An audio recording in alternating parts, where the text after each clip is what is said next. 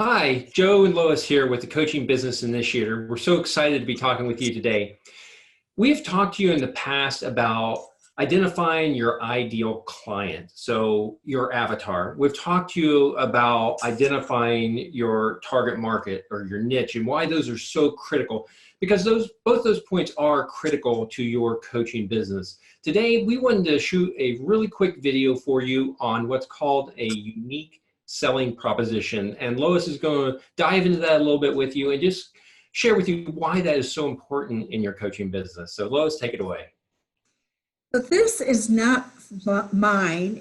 Comes from Sally Helgeson. It's a story that she shares, and it is so wonderful in terms of making your value proposition simple. You know, when I have struggled, I've gone to seminars that take me 2-3 days to create my value proposition. When I'm finished, I'm not sure that's who I am anyway. And you go, really? What do I do with this? And she gives an example that helps you to really hone in on what is it that you are and how do you sell it. So here's the story that she tells and how it transpires. She's in London doing some work with the World Bank and is going up in the elevator, many, many flights. And you know how those long, long elevators are, they can take a while. And a distinguished gentleman gets on the elevator who looks like he's in his mid-30s, and he's perhaps from Africa, Middle East, has that appearance, very well dressed. He gets on, he faces the door, he sits, stands, very erect and focused.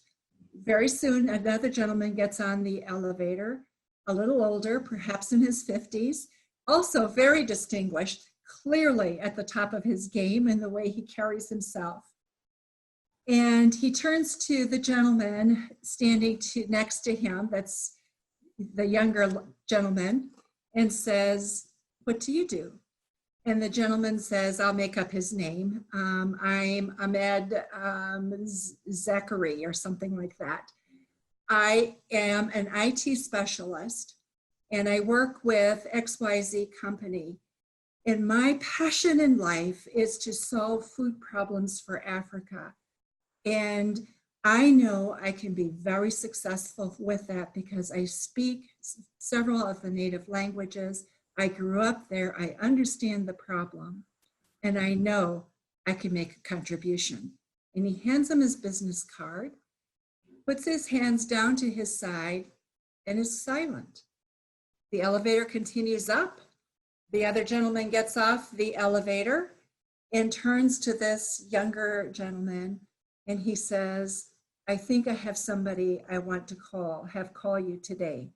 You see, he knew what it was. He said what it is that he did, what he was passionate about, and why he could be successful. 3 sentences, and then was silent. We sometimes oversell, over-explain, and in the process lose people. And when we just keep it very simple, say what it is that we want to say, we accomplish so much. And the same is true when we're trying to build connections and build our business. Be very clear. You've got to know who you are if you're going to put it in 3 sentences. Yep. So I just wanted to share that tidbit with you because it's so simple. And it was such a gift that Sally Helgeson gave me when I heard that from her. So think on it, look at how can you put what you're really passionate about into just 3 sentences. So we will share so much more than this with you at our live event, where we really go through how do you identify that niche and then how do you talk with them so that you can be successful. How do you market to them so you can really connect and build your business? So we look forward to meeting you and seeing you at our live events.